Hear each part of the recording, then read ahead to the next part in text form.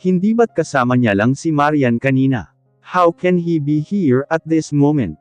No, how did he even know that I'm here? Nagpalinga-linga ako ng paningin, at nakita si Faye sa kanyang likuran, nagtatago. Nakagat ko ang ibaba kong labi. I thought she's already asleep. Talagang nagsumbong pa siya kay Isagani. But did he really leave Marian just to get here? Is he for real? Gulong-gulo akong nakatitig kay Isagani. Habang siya naman ay nag-aapoy sa galit akong tinitigan, at paminsanang lumalandas ang paningin kay Brantley sa aking likuran. Who are you? Pagtatanong ni Brantley na umabanti para itago ako sa kanyang likuran. Mariin akong napapikit. Ano ba talagang ginagawa niya rito? Walang nakakaalam na mag-asawa kaming dalawa. Alexa, maautoridad akong tinawag ni Isagani. Come here. Sunod-sunod akong napalunok. Napamulagat ng mga mata sa kaba. Akma na sana akong hahakbang, nang harangin ako ng likuran ni Brantley. What man? Sino sa tingin mo ang inuutusan mo? Giit niya pa. What did you say? Nagpalinga-linga ako ng paningin sa paligid, at nataranta nang makitang naaga namin ang atensyon ng mga staff. Hami na rin ang tunog ng music, at nangingibabaw ang mga boses nilang dalawa. Sino ka para magsalita ng ganyan kay Alexa? Ayusin mo ang tono ng pananalita mo. Are you even invited here? Who let you in? Do you really need to know who I am? I have more right to call my wife, however I want than you do. Huminto ang paghinga ko sa binitawang salita ni Isagani. No. No. Dali-dali kong tinulak si Brantley para makadaan, at lumapit kay Isagani. Shut up. Mahigpit kong pinisil ang kanyang braso, at magkasalubong ang kilay siyang tiningala. Subalit wala ring sinsama ang titig niya sa akin. Mas hinigit niya ako papalapit sa kanya. What are you doing with him? Madiing tanong niya sa akin, ramdam ko ang galit. Mas nagsalubong ang kilay ko, nilalabanan ang titig niya. Whatever do you mean? He frowned even more at hinhila ako. Let's go home. I know. Stop pulling me so hard. Sasama naman ako, pero plano niya pa ata akong kaladkarin. Nakakahiya sa mga nakakakita. Alexa, where are you going? Hinhila ni Brantley ang isa kong braso mula sa likuran, dahilan upang mapahinto ako sa paglalakad, ganoon din si Isagani. Natataranto ko siyang nilingon, at pilit binawi ang braso kong hawak niya. Lay, I'll explain to you the next time we meet. Let go of my wife. Isagani voice echoed like a thunder, that shocked everyone, even me. Halo-halong emosyon ko siyang nilingan, Isagani. Shut up. Subalit ang madilim niyang paningin, ay nakatingin kay Brantley. Na para bang handa siyang saktan ito kahit anong oras. Mas humigpit pa ang pagkakahawak niya sa braso ko, sa kapuwersahan akong hinhila, dahilan upang mabitawan naman ako ni Brantley sa kabilang braso. Nasubsob ang mukha ko sa dibdib niya, na mas lalo pang nagpabagzo ng damdamin ko. Why is he making a scene? Kung wala na siyang pake sa reputasyon niya, pues ako meron. What man? Who are you calling your wife here? Naguguluhan subalit sarkastikong tanong ni Brantley, at narinig ko pa ang pasinghal niyang pagtawa. If you're drunk, don't drag Alexa with you. Do you even know who she is? You let her go. Ha! He chuckled horrifyingly. Of course I know who she is. She's my wife and I am her husband. Halos lumuwa ang mga mata ko sa gulat. Narinig ko ang mga pagsinghap ng hangin ng mga taong nakapalibot sa amin. Tuluyan nang namatay ang music, at halos lahat ng nasa loob ng bar, ay nasa amin ang atensyon. Hinihingal sa sobrang bilis ng paghinga kong tiningala si Isagani. Our privacy. Why is he revealing our secret? Why is he making a scandal over nothing? Alexa, nagtatanong ang boses ni Brantley, na tinawag ang aking pangalan.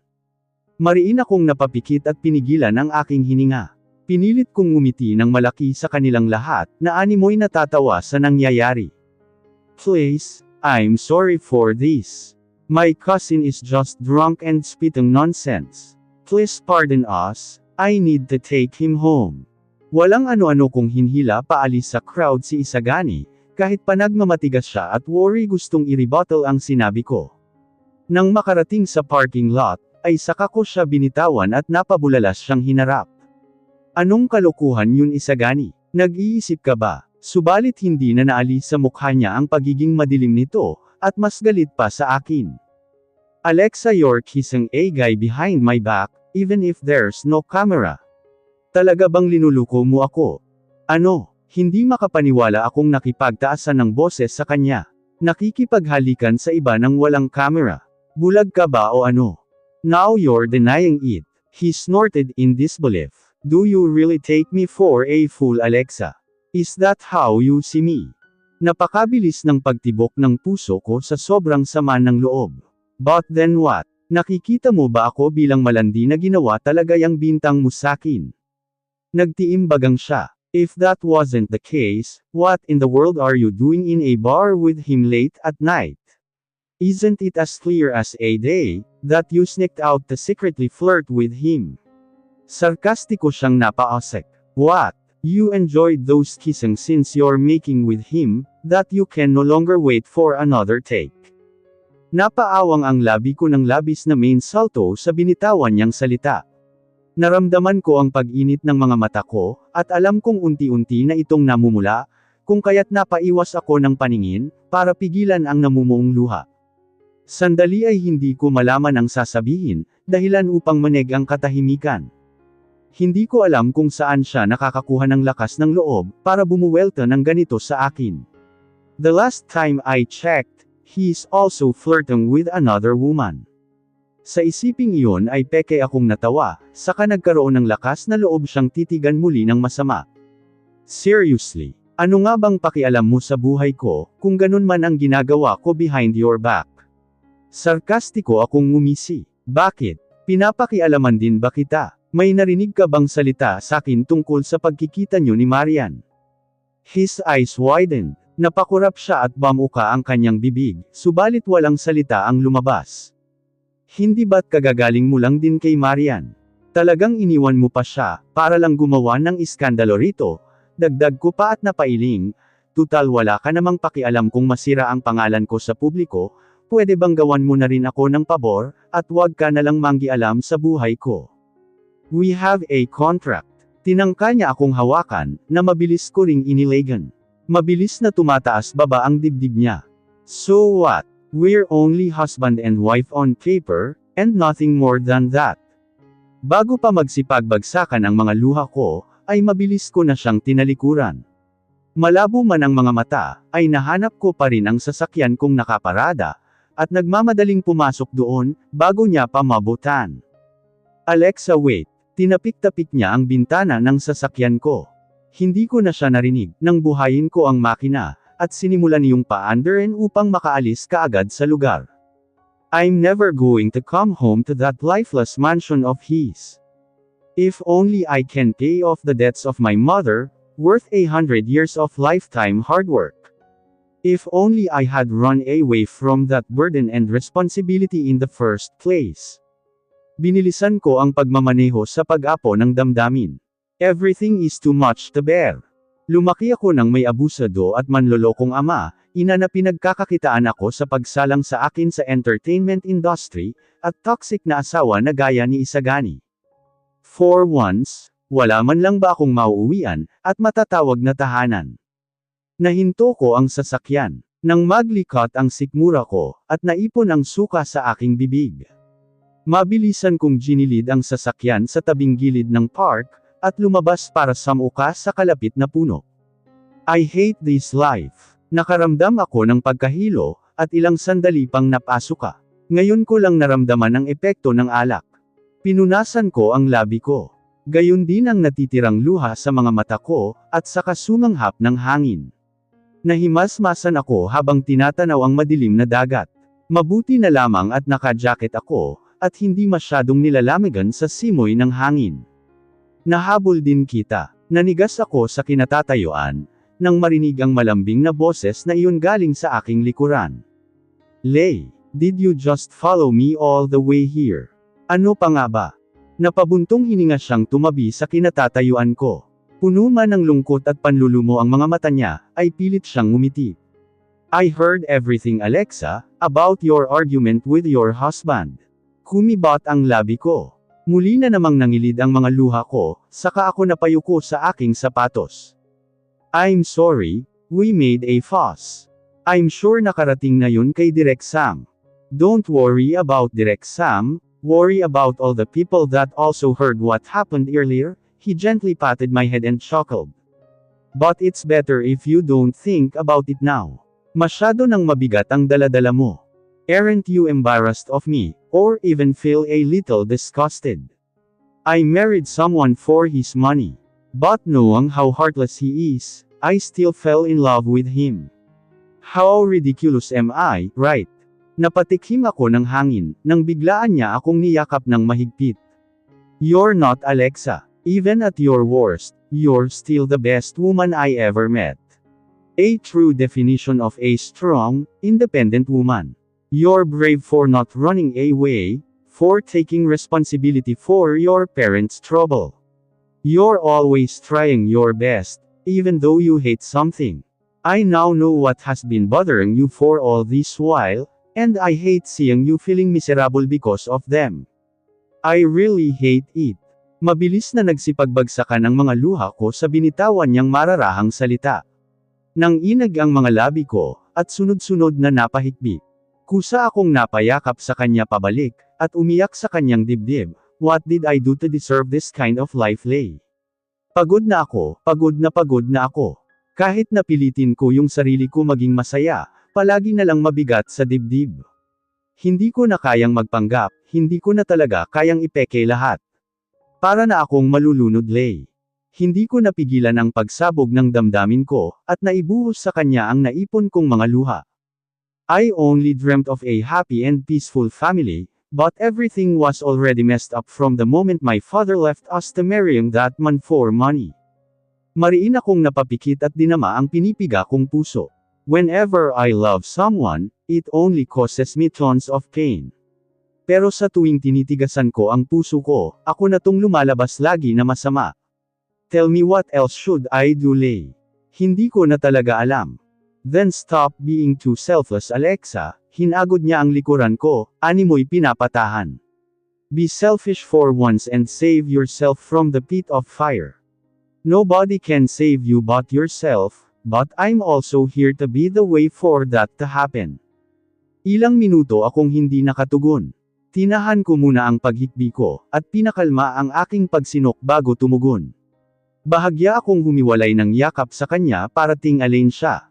Anong ibig mong sabihin? Marahan niyang hinaplos ang magkabila kong pisngi, at pinunasan ang luha ko roon. Maigi niya akong tinitigan, ang mga mata ay puno ng sinseridad. Ang totoo niyan, I'm not a good actor, Alexa. I could never fake a spark, whenever I'm looking at you. It's all no, all the so-called acting of being in love with you is true. Bago pa magsimula ang love team natin, matagal na akong may gusto sa'yo, and I even fell harder, when we get to work together. But Lay, kasal na ako, dumagundong ang puso ko sa kaba. I can't be with you. But he's treating you badly. The way he talks to you, yells at you and even holds you. You don't deserve someone like him. Wag mo akong asahan na tatayo lang sa isang tabi, pipigilan ang nararamdaman ko, habang sinasaktan ka niya. Because I'm selfish, Alexa. Aagawin kita hanggang sa makakaya ko, kahit kasal pa kayo. Nanlaki ang mga mata ko, hindi makapaniwala sa sinabi niya. I always saw him as a soft and gentle person, but now he looked determined and fierce, which is unfamiliar. Ganoon na lang kalakas ang pagtibok ng puso ko sa confession niya. Matagal akong hindi nakatugon, at sa halip ay napaatras. But that's cheating. I'm already married and I'll love my husband. Ani ko na para bang naduwag at natauhan, mula sa pag-breakdown ngayon lang. Besides, may kontrata ako kay Isagani. I cannot terminate it unless I pay all my mother's debts. How much is that? Kuryoso niyang tanong. Nakagat ko ang ibaba kong labi, at binulong sa kanya ang nakakahiya sa laki na utang ni mama mula sa iba't ibang tao, kasama kay Isagani na siyang nagbayad sa mga ito, kapalit ng pagkakasal naming dalawa. Inaasahan kong malulula siya sa presyong sinambit ko, o magkakaroon ng side comment. Subalit hindi man lang siya kumurap. What if I paid all the money? Would you be willing to annul him, and be with me? Ano? Napatikip ako ng bibig. Are you crazy? Why would you go to such length just for me? Do you even have that kind of money? That's not a good joke, Lay. Malalim siyang napabuntong hininga. I'm very serious right now, Alexa. You don't know anything about me or my wealth. I love you, and if this is the only way I could get you away from him, I would not hesitate to do it. Madiin kong nasarado ang bibig ko. Kahit saang anggulo ko tingnan, ay napakaseryoso niya. Ngayon ko lang din siya nakitang ganito kaseryoso sa tagal naming magkasama. Nanlamig ako sa kinatatayuan, nang lumapit ang mukha niya sa akin. At dampihan ng halik ang aking noo. If you decide to be selfish one day, run to me and we'll both disappear from their lives. I promise I'll treat you so much better than you deserve. Give you everything in this world, and we'll be a family you dreamt of, Alexa. If I break that promise, I'll give you the right to finish me. Mas lalo akong nanigas dahil sa sinabi niya. Hindi ko alam kung anong mararamdaman ko. Wala akong ibang marinig, kundi ang lakas ng pagtibok ng aking puso. I never heard a confession, and promises like this before. Many men tried their best to pursue me, pero iba ang dating ng kay Brantley. He's like the snake, tempting me to eat the apple. How I wish I shouldn't have taken a bite. I can't believe what Kuya Isagani did. Emosyonal na bumubulala si Raquel, habang pabalik-balik na naglalakad sa harapan ko, matapos kong ikwento sa kanya ang nangyari sa bar. It's past 2 a.m., when I rushed into her house, to bend all the things that happened earlier, and she's almost exploding from anger. I mean, what was he thinking, really? Hindi ba niya iniisip kung paano to makakaapekto sa career mo, para gumawa ng huge scandal? Isa pa, saan siya nakakuha ng kapal ng mukha para gawin yun? I know. Napayuko ako sa aking mga mahahabang kuko. That's exactly how I reacted, pero parang mas galit pa siya. Halos maputol na ang litid sa kanyang leeg dahil sa galit. He literally just had a date with Marian. God knows how I'm always witnessing their affairs from time to time. Natigilan ako sa sinabi niya, at emosyonal siyang tiningala. Talaga bang nagkikita sila ng madalas, Raquel? She tightly pressed her lips, and looked down at me with concern. Why do you look so pitiful now, sister-in-law? Hindi ka dapat maging malambot pagdating kay Kuya Isagani. I parted my lips and automatically avoided her gaze. Napakurap-kurap ako, at malalim na nagpakawala ng hininga. I haven't told you everything about what happened, muli akong nagkwento. Bumalik naman siya sa kanyang kinauupuan kanina, at mataimtim na nakinig. Go on. Tungkol kay Brantley. Pagkatapos naming mag-away ni Isagani kanina sa parking lot, hindi ko alam na nakikinig siya. Saka ko lang din namalaya na sinundan niya ako, hanggang sa makalayo sa lugar na yun, at sinabi sa akin na narinig niya lahat. Now, he knows I'm a married woman, but still nakagat ko ang ibaba kong labi. Hindi ako makapaniwala na matagal na niya akong gusto, at gusto niya pa rin ako, kahit may nalaman siya sa akin. Napanganga si Raquel. I knew it. I knew it. Napatikip siya ng bibig. He's in love with you. Halata naman sa mga interviews niyo, sa palabas niyo, and all. She almost couldn't hide her joy, as if forgetting her anger with her brother. Malungkot ko siyang nginitian. But Raquel, ay nakuyam ko ang kamao ko, at nilakasan ang aking loob. I'm in love with your brother. I have loved him all this time. Pero isang taon ko rin yung tinago sa'yo, dahil nahihiya ako, hindi ko makayanan maging martyr na minamahal siya, habang may ibang babae sa puso niya. Kumibat ang mga labi ko. Parang may kung anong nakabara sa lalamunan ko, na unti-unting pinanganginig ang tono ng aking boses, habang inaamin ang katotohanang iyon sa kanya. What? Her eyes widened in shock. Namula ang mga mata niya sa matagal na pagtitig sa akin, nang mariin na para bang inuusisa kung nagsasabi ako ng totoo.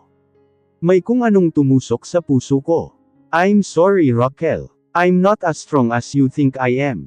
Nilalakasan ko lang ang loob ko, kahit na ang totoo ay nasasaktan ako, sa tuwing binabanggit mo ang pangalan ni Marian. Sa tuwing nakikita mo na tinatreto ako na parang kung sino lang ni Isagani, sinusubukan kong magpakatatag, pero hindi ko talaga kayang masanay na ganun, Raquel. Patawad, nagsinungaling ako sa'yo. Nalukot ang mukha niya, at agad na gumuhit ang mga luha sa mga mata niya.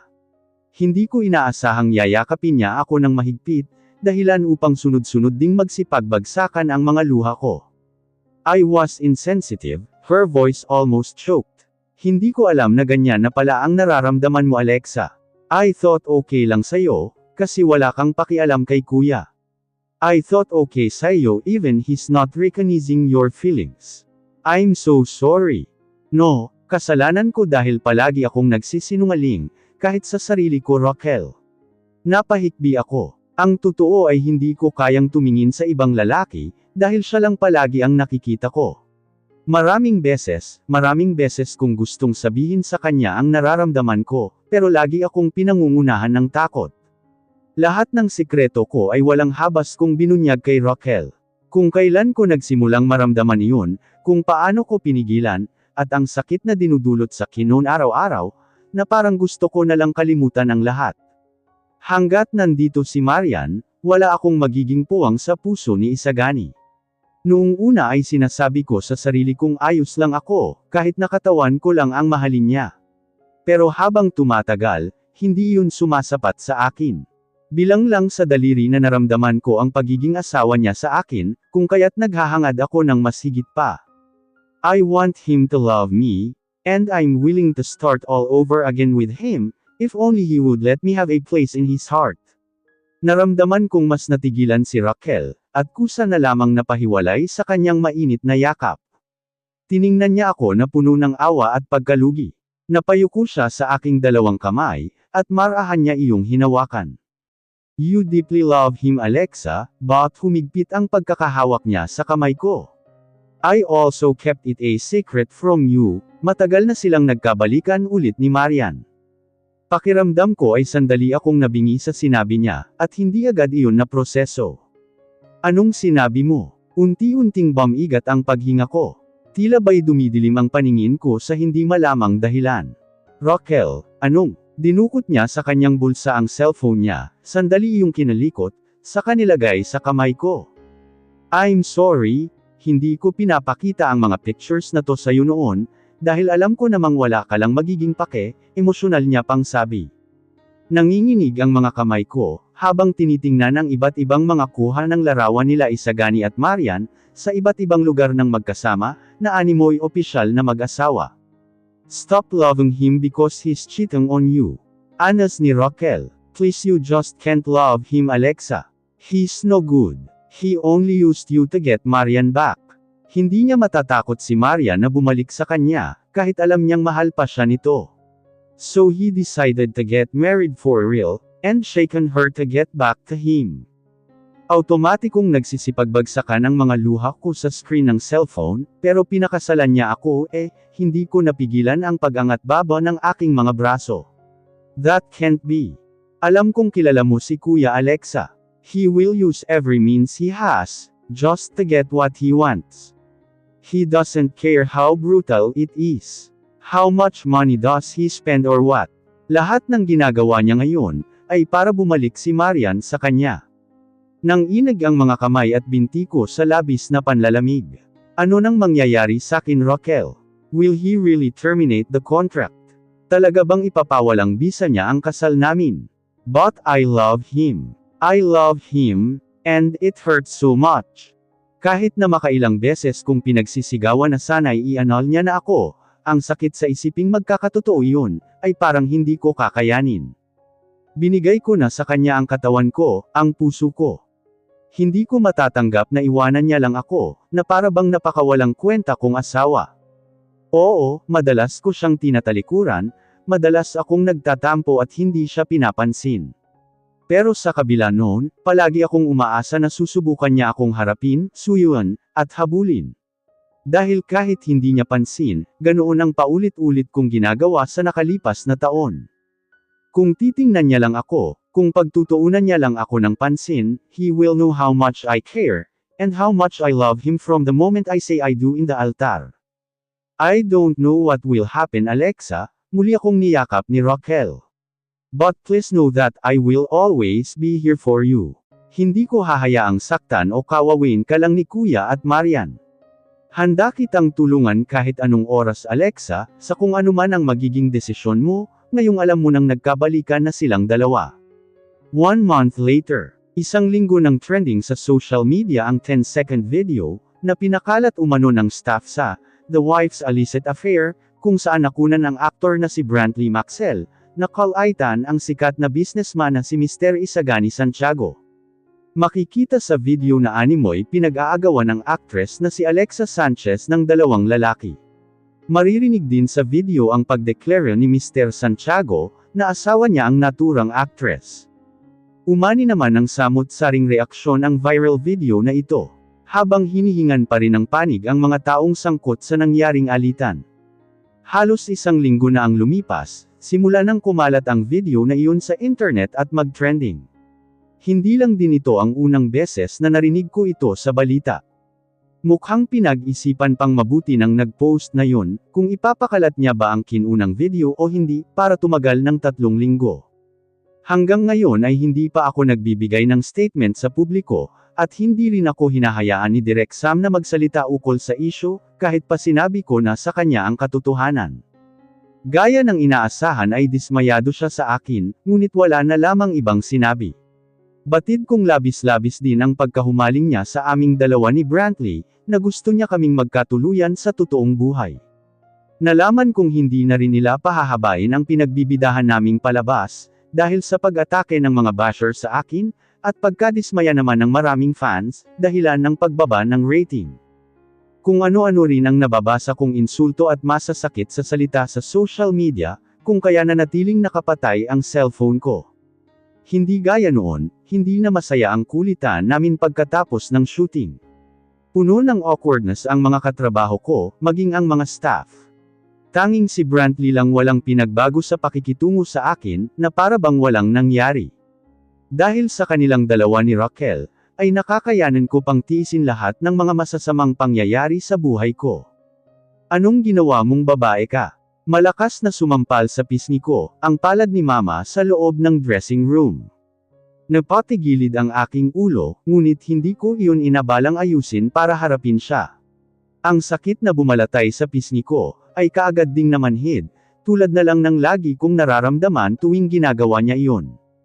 Napakakati mo, wala kang kontrol sa career mo at personal mong buhay. Hinhila niya pa ibaba ang buhok ko, dala ng panggigigil. Alam mo ba kung gaano karaming tao ngayon ang may galit sa'yo?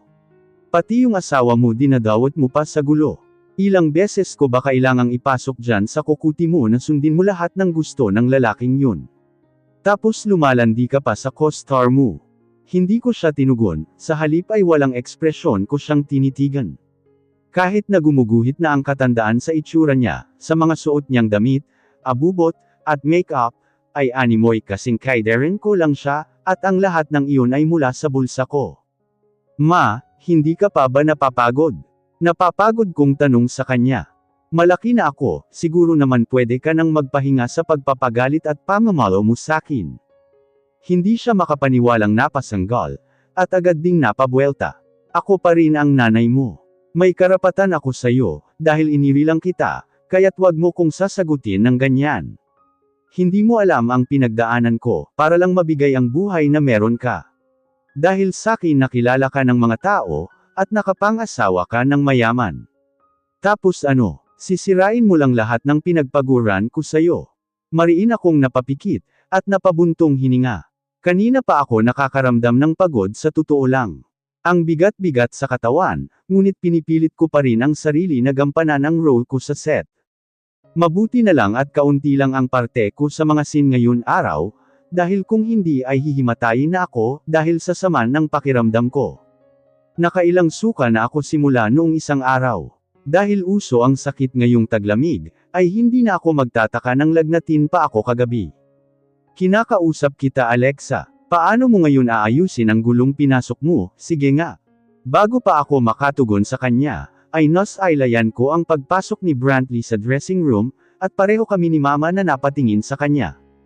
Alexa, naglakad siya papalapit sa akin, habang hawak ang mineral water, at gamot na kinuha niya para sa akin, saka may pagtatakang bumaling kay Mama. Mrs. Sanchez, I could hear your voice from the outside. Please refrain from making a scene. Masama ang pakiramdam ni Alexa ngayon. Labis na pumangit ang mukha niya, habang nakatitig kay Brantley. Ikaw, wag mo ngang nilalandi ang anak ko, pwede ba? With all due respect, please get out now, Mrs. Sanchez. Papunta na ang mga makeup artist para sa susunod na taking. It would further damage her reputation, if someone overhears you. Muling napasinghal si Mama, tinaliman ako ng titig. Hindi pa ako tapos sa'yo ah. Bakas ang sama ng loob siyang nagmarcha palabas ng dressing room. Nakahinga naman ako ng maluwag, at may tipid ng iting bumaling sa kanya. Salamat, Lay. Sure thing. Uminom ka na ng gamot. Kung hindi mo talaga kaya, we can always cancel the. Mabilis na nanlambot ang buo kong katawan, kasabay ng pag-ikot ng aking paningin. Naramdaman ko nang saluhin ako ni Brantley, bago pa ako bumagsak sa sahig. Nandidilim ang paningin ko, subalit naroon pa ang aking malay na naghahabol ng hininga. Tinapik-tapik niya ang aking pisngi. Alexa, stay with me. What's wrong? Help! Anyone? Nawalan ka ng malay dahil sa nasa state ka ng matinding emotional stress, anxiousness, at hindi mo pinagpapahinga ang utak at katawan mo, Miss Sanchez, anang babaeng doktor. Kinakailangan mo ng mahabang pahinga sa ngayon, at magpe-prescribe ako ng gamot para sa'yo, however. Wait, ayos lang siya, di ba Duke? Hindi naman seryoso ang karamdaman niya, right? Nag-aalala pang singit na tanong ni Raquel. Hindi ko alam kung paano siya agad nakapunta rito, noong nawalan ako ng malay. Pero panatag ang loob ko, na nakikita ang pag-aalala niya sa akin, kasama na si Brantley, na nanguna sa pagdala sa akin sa kalapit na hospital. Yes, she's fine if nothing else happens, and if she frees herself from stress, but I also want to add the most important thing. Ngumiti ang doktor na bumaling sa akin. Congratulations Miss Sanchez, you're pregnant.